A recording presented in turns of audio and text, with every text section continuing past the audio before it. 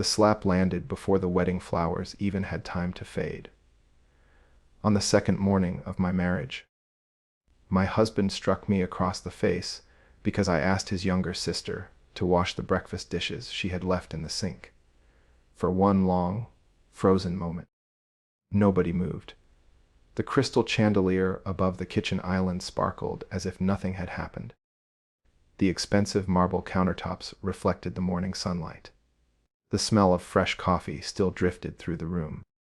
Then Chloe, my brand new sister-in-law, leaned comfortably against the counter and smiled.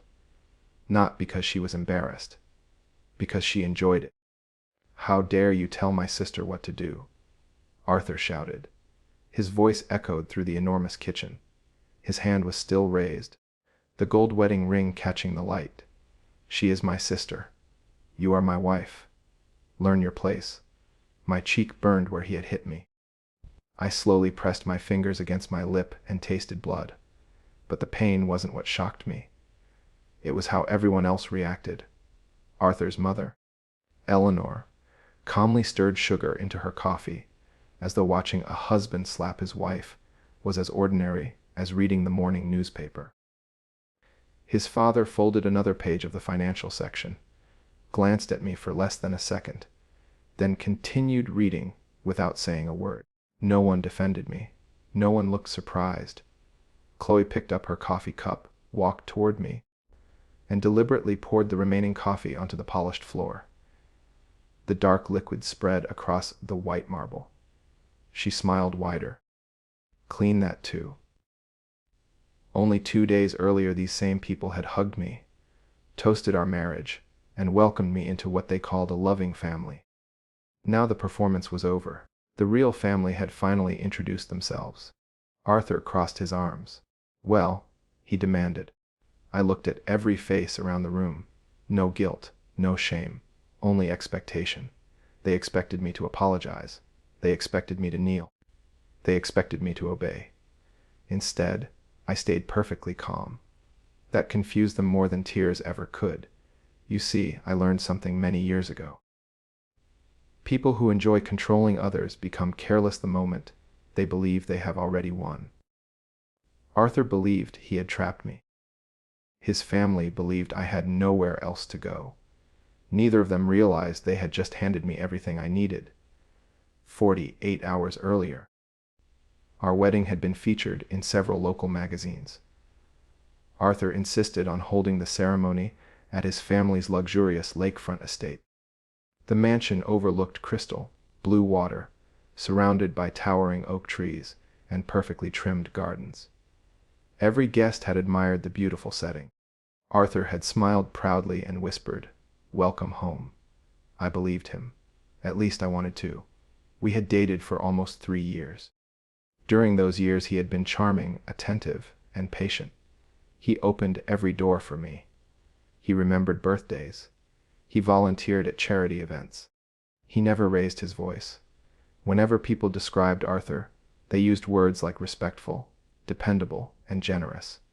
Looking back now, I realized something important. Manipulative people don't pretend all the time. They simply save their worst behavior for the moment they believe you can't leave. For Arthur, that moment was the morning after the wedding. Several months before our marriage, he suggested I take an entire month away from work. "You've worked too hard for too many years," he told me. "Just enjoy being my wife. My family wants to get to know you."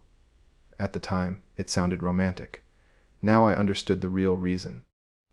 He wanted me disconnected, away from my office, away from my daily routine, away from the people who would notice if something seemed wrong. He thought I was giving up control. In reality, I was simply watching. I had spent years building my career by studying people before making important decisions. Numbers reveal financial truth. Behavior reveals personal truth. That morning, Arthur had accidentally revealed both. He stepped closer until we were only inches apart. "If you embarrass me again," he said quietly, "the next lesson will be much worse." Behind him, Eleanor nodded in approval. Chloe laughed. His father never looked up from his newspaper. I slowly turned my head toward the pantry. Mounted above the doorway was a small security camera. Almost invisible. Almost. My eyes remained on it for only a second. Eleanor noticed immediately. She laughed. "Those cameras belong to us." I smiled for the first time that morning. "No," I answered softly. "They don't." Arthur frowned. "What did you just say?" "Nothing important." I slipped my wedding ring off my finger and gently placed it on the wet countertop beside Chloe's empty coffee cup. Nobody noticed. Their attention was focused on my face, not my hand. Arthur grabbed my wrist. "You don't walk away from me." I calmly pulled free. I wasn't planning to. He looked satisfied. He believed fear had finally reached me. Instead, I reached into my pocket and quietly unlocked my phone beneath the counter, where nobody could see.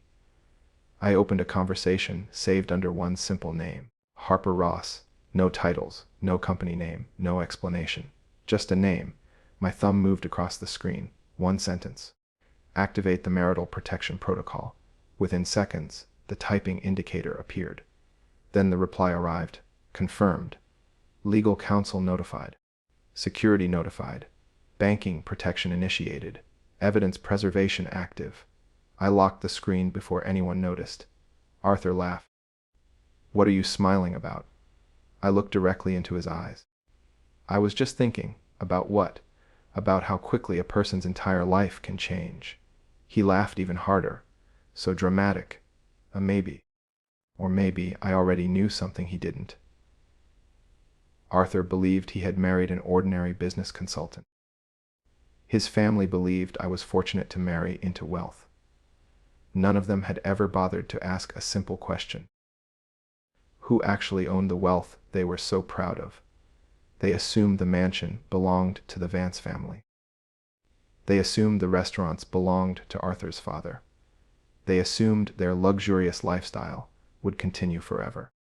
They had never heard the legal name printed quietly at the bottom of every ownership document. Sterling Horizon Holdings. My company. And by the time breakfast was over, everything they believed belonged to them would begin disappearing. They just didn't know it yet. By noon, the bruise on my cheek had darkened into shades of purple and blue. Arthur didn't apologize. He acted as if the slap had been a perfectly reasonable lesson. The rest of his family behaved the same way. During lunch, Eleanor announced that since I was a proper wife, I would be responsible for keeping the mansion spotless. Chloe stretched comfortably across the living room sofa, scrolling through social media while tossing empty snack wrappers onto the floor. Whenever I walked past, she smiled. I missed a spot. A few minutes later, "I think the windows need cleaning." Then, "My bedroom is a mess." "You should handle that too." Arthur watched everything without saying a word. Every smile on his face told me exactly what he wanted. He wanted to see how much humiliation I could tolerate. He expected me to break. Instead, I observed every insult, every order, every threat, every careless mistake. People reveal their true personalities when they believe nobody can stop them. The Vance family had stopped pretending. That made my job much easier. Late that afternoon, Arthur gathered the household staff inside the dining room. There were 6 employees. Maria, the longtime housekeeper, James, the groundskeeper, Olivia, the cook, 2 maintenance workers, and the family driver. Arthur stood at the head of the table like a king giving orders. "I've decided some changes are necessary." Nobody spoke. Maria lowered her eyes. Arthur pointed toward her. "You've been encouraging my wife's disrespect." Maria looked confused. "Sir, I don't understand." "You don't have to. You're fired." Silence filled the room. Olivia gasped. James clenched his jaw. Maria simply stood there, unable to believe what she had heard. "I've worked for this family for 16 years, she whispered. Arthur shrugged. "Then you should have known better." Eleanor folded her arms. "No severance, no recommendation, and leave your keys before you go." Maria looked at me, not with anger, with sadness, as if she wanted to apologize for something that wasn't her fault. I waited until everyone had left the room. Then I quietly followed her outside. She was standing beside her old sedan, trying to hide tears.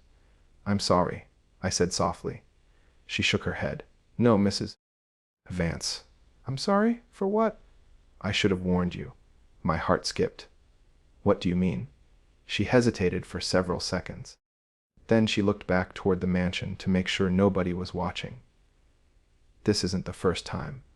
I remained silent. She continued. "Arthur had another fiancée." I frowned. "He told me they simply broke up." Maria slowly shook her head. "That's not what happened." My stomach tightened. "The night she moved into this house, they argued." "What about?" "I never knew. But I heard screaming." She swallowed hard.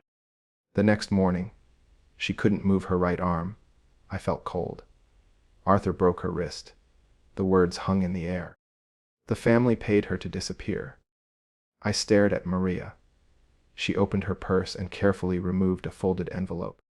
"I've carried this for almost 4 years."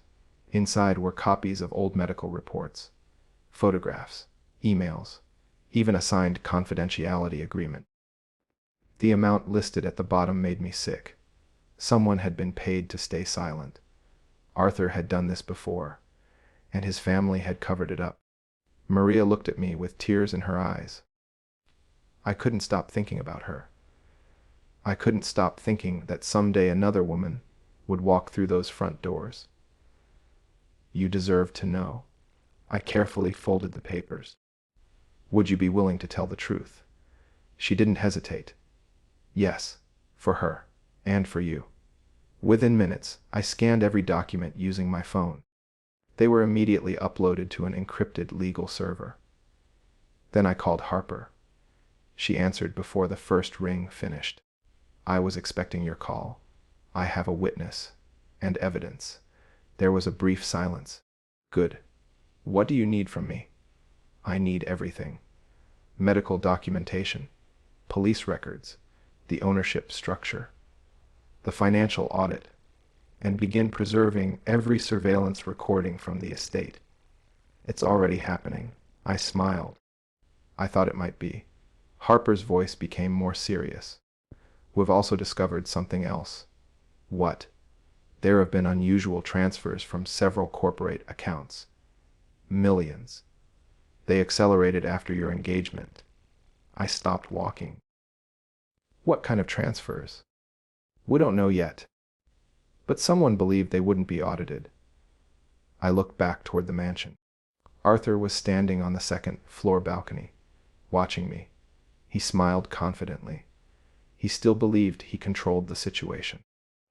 He had no idea an investigation had already begun. That evening, Eleanor demanded that I prepare dinner. Although professional chefs normally handled every meal, she insisted I cook for 12 people, while Chloe criticized everything I made. "The chicken is dry. The potatoes need more salt. You Americans have forgotten how to cook." Arthur laughed with every insult. Halfway through dinner, he held up his wine glass. "I'd like to make a toast." Everyone looked toward him. "To my beautiful wife." He smiled warmly. "If she learns obedience, this marriage might actually work." The table erupted with laughter. I smiled back. "I'd like to make a toast too." The room became quiet. Arthur looked surprised. "Go ahead." I slowly lifted my glass. "To truth." His smile faded slightly.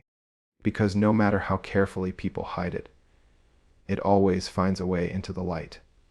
For the first time that day, nobody laughed. A few seconds later, my phone vibrated beneath the table. One message, from Harper. "CAS emergency banking action approved. Corporate asset freeze begins tomorrow morning at 8:00 a.m. Amex." I locked my phone and continued eating as though nothing had happened. Arthur leaned closer. "What was that?" I smiled gently. "Just business." He laughed. "I thought you were taking a month off." "I am. I've learned that business doesn't always take time off." He dismissed the comment without another thought. That was his biggest mistake, because while the Vance family celebrated what they believed was their victory, the countdown to losing everything had already begun. The next morning, I woke before sunrise. For the first time since the wedding, I slept peacefully. Not because I felt safe, because I already knew the next few hours would change everything. The mansion was unusually quiet. I made myself a cup of coffee and stood by the enormous windows overlooking the lake. The water was perfectly still, reflecting the orange glow of the rising sun. It looked peaceful, but storms often arrive beneath calm skies. At exactly 8 o'clock, my phone vibrated. One message from Harper. A set freeze initiated. All corporate financial controls transferred. Guess a second message followed.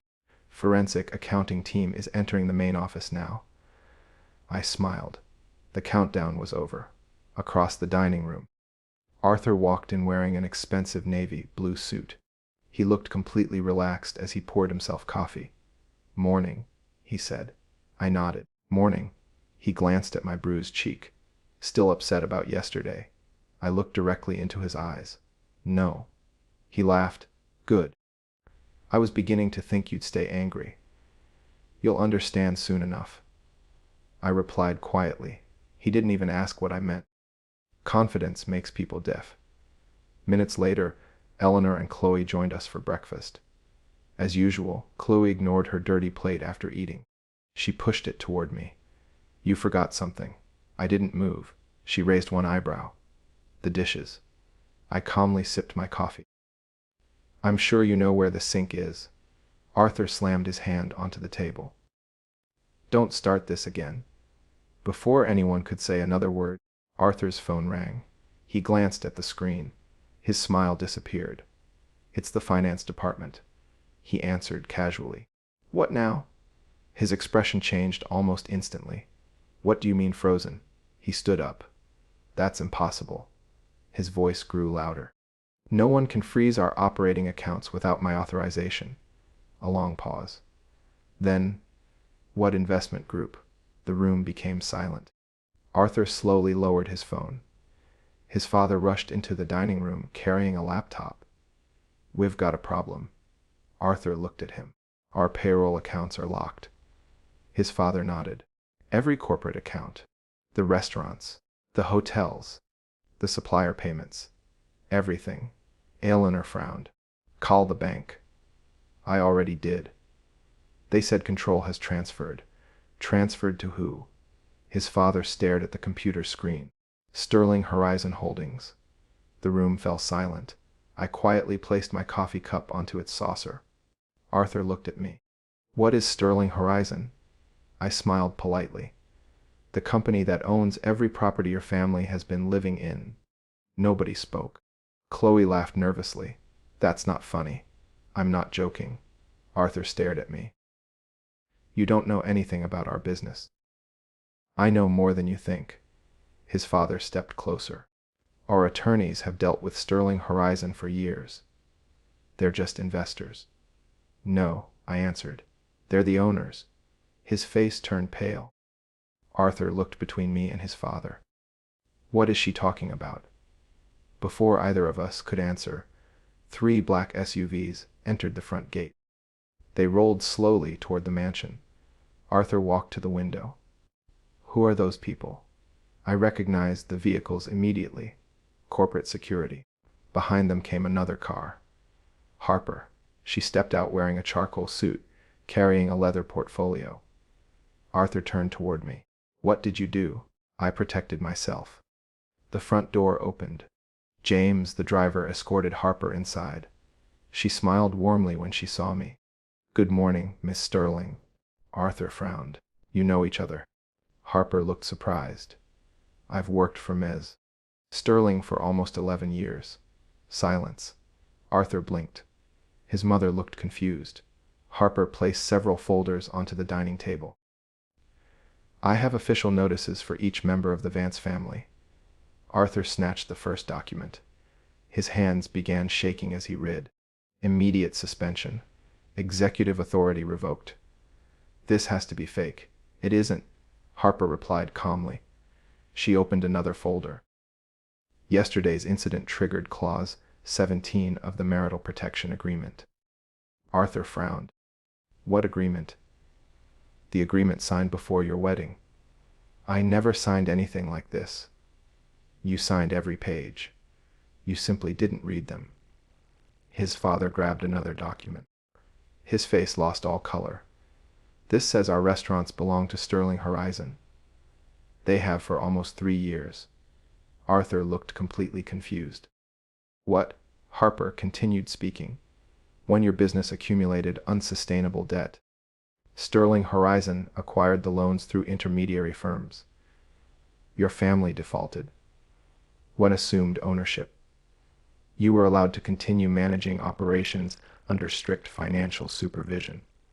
His father slowly collapsed into a chair. Arthur stared at me. You knew all this? Yes. And you married me anyway. I loved the man you pretended to be. He couldn't answer. For the first time since I met him, Arthur looked frightened. Then another vehicle entered the driveway. This time, it wasn't mine. 2 police cruisers stopped near the front entrance. Arthur's eyes widened. What now? An officer stepped inside. Mr. Arthur Vance. Wes. We're here regarding yesterday's assault report. Arthur pointed toward me. She called the police. I documented what happened. His face twisted with anger. You've ruined everything. He lunged toward me. But before he reached me, Maria stepped between us. Don't touch her! Arthur shoved Maria backward. She stumbled into the dining table. Several crystal glasses shattered across the floor. That single push changed everything. The officers moved instantly. Arthur Vance! Turn around. What? No. Within seconds, metal handcuffs clicked around his wrists. You are under arrest for assault and battery. Eleanor screamed. Chloe burst into tears. His father buried his face in both hands. Arthur looked directly at me as officers escorted him toward the front door. This isn't over. His voice echoed through the mansion. I calmly watched him leave. No, I whispered. It has only just begun. Outside, reporters had already started gathering beyond the front gates. Someone had leaked news that federal investigators were entering Vance Hospitality headquarters.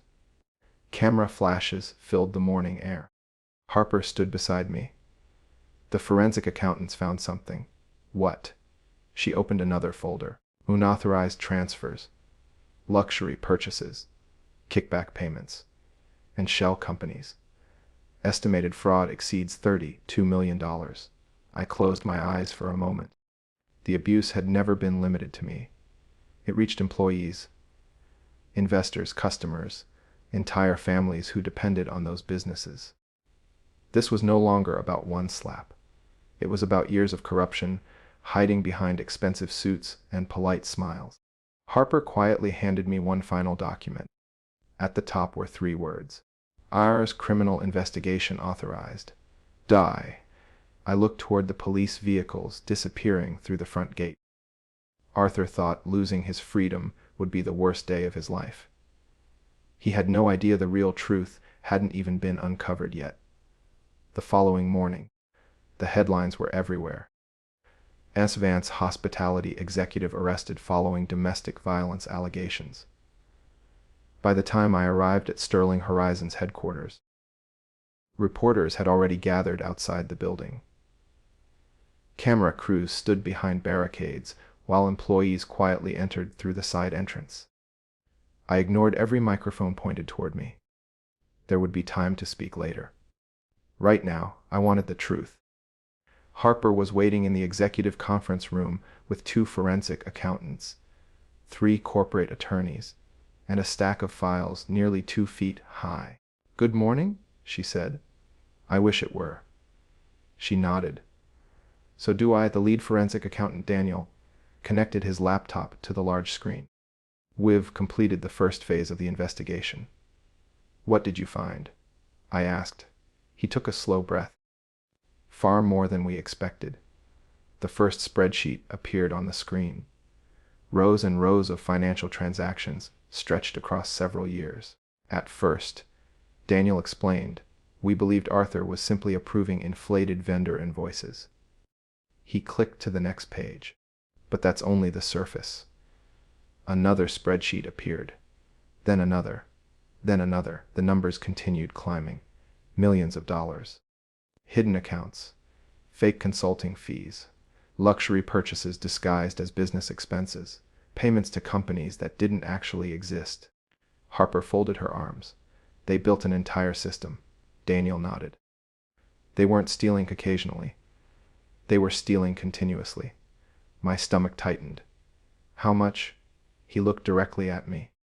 Our current estimate is just over $38 million. The room fell silent. $38 million.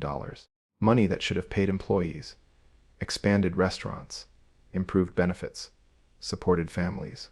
Instead, it had financed private jets, luxury vacations, designer jewelry, expensive sports cars, and the lavish lifestyle the Vance family proudly displayed to the world. Daniel opened another file. We also discovered something much more disturbing. He pressed another key. A list of employee names appeared. Former managers, servers, kitchen staff, regional supervisors. What is this? Former employees. They all reported financial misconduct. I frowned. What happened? They disappeared. Harper answered before Daniel could. They weren't kidnapped. They were paid, threatened, or forced to resign. My chest grew heavy. How many? Daniel quietly answered. 23. 23 people had tried to expose the truth. 23 careers destroyed. 23 families forced to start over because they challenged the wrong people. I leaned back in my chair. This was never just corruption. Harper nodded. It became organized intimidation. One by one, the former employees had been silenced. Some accepted settlements because they desperately needed money. Others signed confidentiality agreements after expensive legal threats. Several simply gave up. Arthur and his family counted on one thing. People eventually become exhausted. They stop fighting. I wasn't going to stop. Harper slid another folder toward me. We also located someone you should meet. Inside was a photograph. A woman around my age. Brown hair. Kind eyes. Her name was Emily Carter. I immediately recognized it. Arthur's former fiancée, the woman Maria had told me about. She agreed to speak. Harper smiled. She insisted. That afternoon, Emily arrived at our office. She looked nervous. Not weak, just cautious. People who survive abuse often spend years expecting danger to return. I stood and shook her hand. Thank you for coming. She smiled sadly. I've wanted this day for a long time. For nearly 2 hours, she told us everything. Arthur had never slapped her during their relationship. Not once. He waited until after she accepted his marriage proposal. Then everything changed. He became controlling, demanding, jealous. He criticized her clothes, her friends, her family, her career. Eventually, he demanded complete control of her finances. When she refused, he broke her wrist. His parents convinced her not to call the police. They offered money, an apology, promises that Arthur would seek treatment. None of it was true. Emily looked at the table. I hated myself for staying silent. I reached across and gently held her hand. You survived. That's nothing to be ashamed of. Tears filled her eyes. For years I thought no one would believe me. I believe you. Harper placed a recorder on the table. Would you be willing to testify? Emily looked at each of us, then nodded. Yes. For every woman who comes after me. Oh, by evening, the investigation had grown even larger. State prosecutors requested copies of our evidence. Federal investigators contacted Harper. The bank expanded its fraud review. Then another surprise arrived. Daniel hurried into the conference room, carrying fresh documents. We just uncovered Arthur's private email archive. What did you find? He turned the monitor toward me. One message immediately caught my attention. It had been sent 6 months before our wedding. Arthur had written to his father. Once the marriage is official, She'll be easier to control. Give it a few months, and I'll convince her to transfer everything into our family trusts." At below that message, his father replied, "Good. After that, she's no longer useful." I stared silently at the screen, not because I was shocked, because every remaining doubt disappeared. Arthur had never fallen in love with me. He had fallen in love with what he believed I could give him: my company, my wealth, my future. He simply chose the wrong woman to deceive. Harper quietly closed the laptop. "The prosecutors are preparing additional charges." I looked out the conference room window toward the city skyline. Somewhere across town, Arthur was probably convincing himself he could still escape. He still believed expensive lawyers could erase years of lies. He still believed influence could silence witnesses. He still believed money solved every problem. He was wrong, because this case was no longer built on accusations. It was built on documents, bank records, emails, medical reports, security footage, witness testimony. And the truth is patient. Sometimes it waits for years. But once it finally arrives, no amount of money can send it away. The final hearing was only days away, and every secret the Vance family had buried was about to be uncovered in front of the entire country. The courthouse was surrounded by reporters before the sun had fully risen. News vans lined both sides of the street. Camera crews adjusted their equipment while journalists rehearsed their opening lines. Across social media, one question was spreading faster than anyone expected. How had one of the state's most respected business families collapsed so quickly? Most people still believed it had started with a domestic violence case. They had no idea they were about to witness one of the largest corporate fraud scandals the city had seen in decades. Harper and I entered through a private entrance. "Are you ready?" she asked. I took a slow breath. "I've been ready since the moment he raised his hand." She nodded. "Then let's finish this." Inside the courtroom, Arthur was already seated beside his attorneys. He looked very different. Only a week earlier he wore custom, tailored suits and smiled with effortless confidence. Now the expensive suit hung loosely on his shoulders. Dark circles surrounded his eyes. The arrogance was still there, but fear had finally found its place beside it. When our eyes met, he tried to smile. It looked forced, almost desperate. His parents sat behind him. Eleanor looked 10 years older. Her expensive jewelry had disappeared. The designer handbags were gone. Even Chloe looked exhausted. For the first time since I had met her, she wasn't staring at herself. She was staring at the floor. The judge entered. Everyone stood. The courtroom became silent. The prosecutor rose first. "Your Honor, today the state intends to present overwhelming evidence of assault, financial fraud, commercial bribery, conspiracy, witness intimidation, and multiple counts of corporate theft." Arthur's attorney immediately stood. "We object to the characterization." The judge calmly interrupted. "You'll have your opportunity." The prosecutor called the first witness, Maria. She walked slowly to the stand. Her hands trembled only slightly as she swore to tell the truth. She described years of abuse inside the mansion. Employees insulted, workers threatened, people fired for asking questions. Then she described the morning Arthur hit me. Every word matched the security footage. Every detail matched the medical report. Arthur never looked at her once. The second witness was Emily. The courtroom became completely silent as she explained what had happened years earlier. She described Arthur's controlling behavior, his manipulation, the broken wrist, the settlement agreement, the pressure to stay silent. By the time she finished speaking, several jurors were wiping away tears. Arthur's attorney tried to suggest she had invented the story. Emily calmly opened a folder. Inside were photographs, medical records, hospital reports, emails. Everything had been preserved. Every lie Arthur told was answered by another piece of evidence. Then came the financial testimony. Daniel spent nearly 3 hours explaining the fraud. Charts filled the courtroom screens. Money moved through shell companies, fake invoices, hidden accounts, luxury purchases disguised as payroll expenses. The evidence was so detailed that even Arthur's own attorney stopped objecting. There simply wasn't anything left to challenge. Finally, the prosecutor looked toward me. M. Sterling. I walked to the witness stand. After taking the oath, I sat quietly. Can you explain why you married Arthur Vance? I believed he loved me. And when did that belief change? The morning after our wedding. The prosecutor nodded. What happened? I told the jury everything.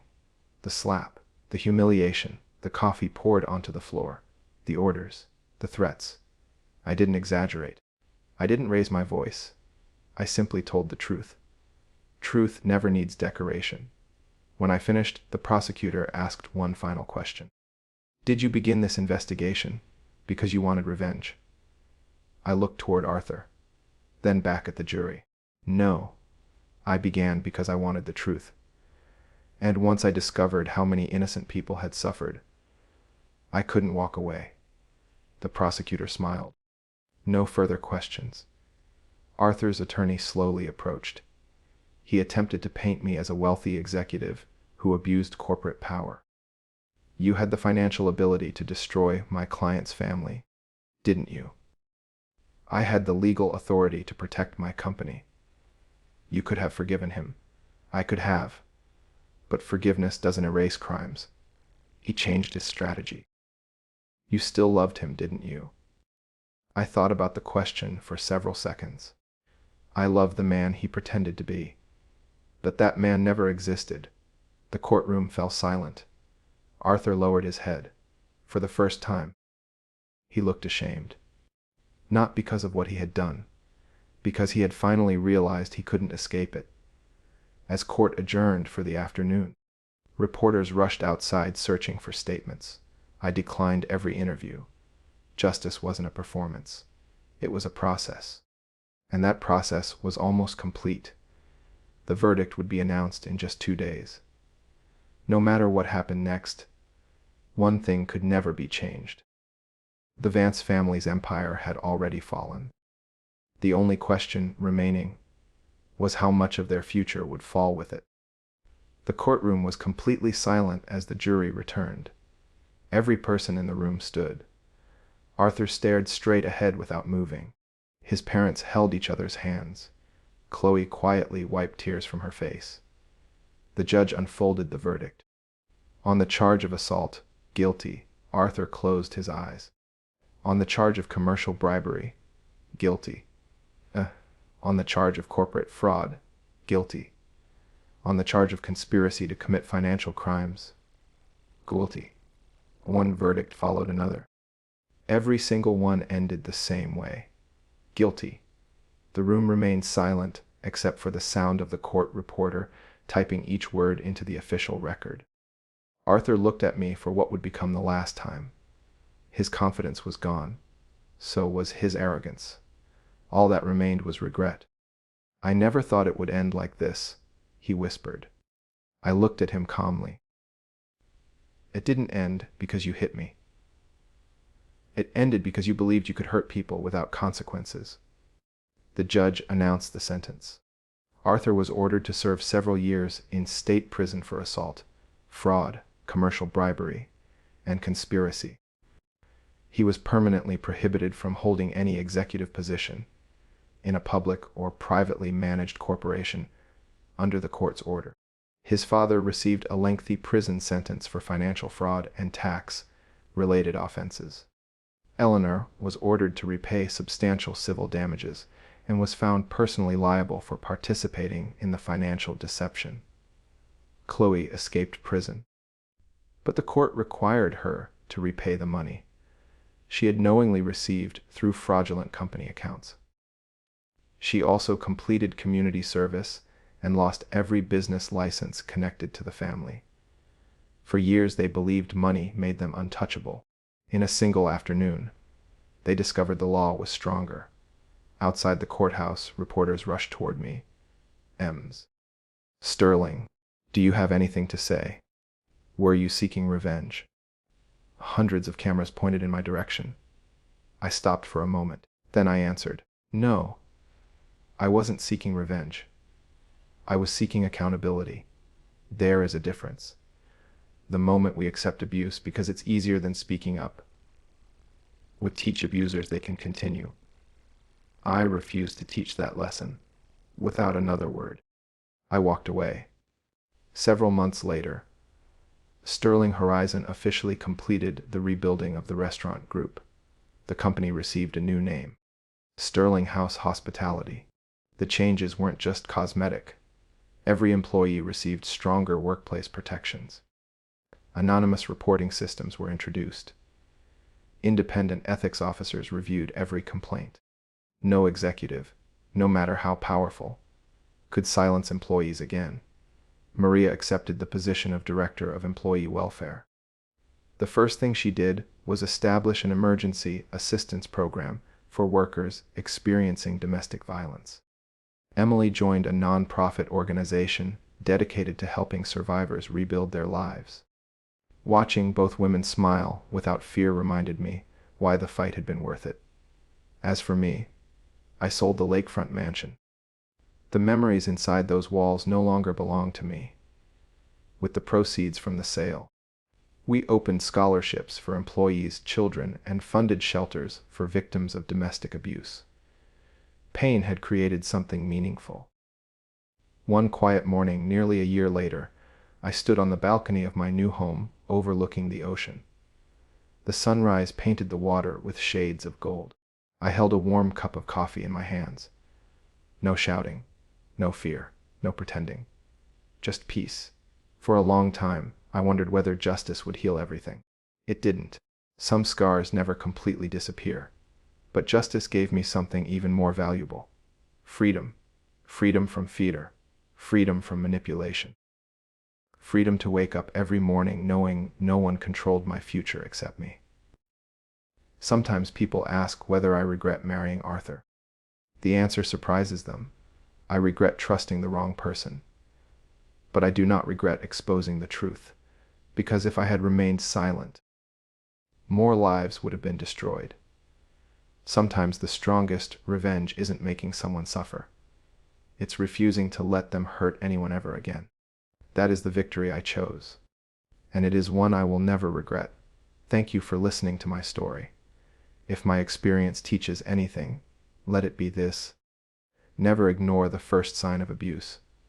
Never believe that love requires fear. Never mistake wealth or status for character. The people who truly love you will never ask you to surrender your dignity. Real strength isn't found in power over others. Real strength is having the courage to stand up, tell the truth, and walk away from those who believe you are powerless. When you protect your self-respect, you protect your future. And sooner or later, the truth always finds its way into the light. Thank you so much for watching. If you enjoyed this story, please take a moment to like this video, subscribe to the channel, and turn on the notification bell so you never miss another inspiring story. If this story touched you, share your thoughts in the comments below. I'd love to hear what you think. Until next time, thank you for your support. Stay safe and take care of yourself.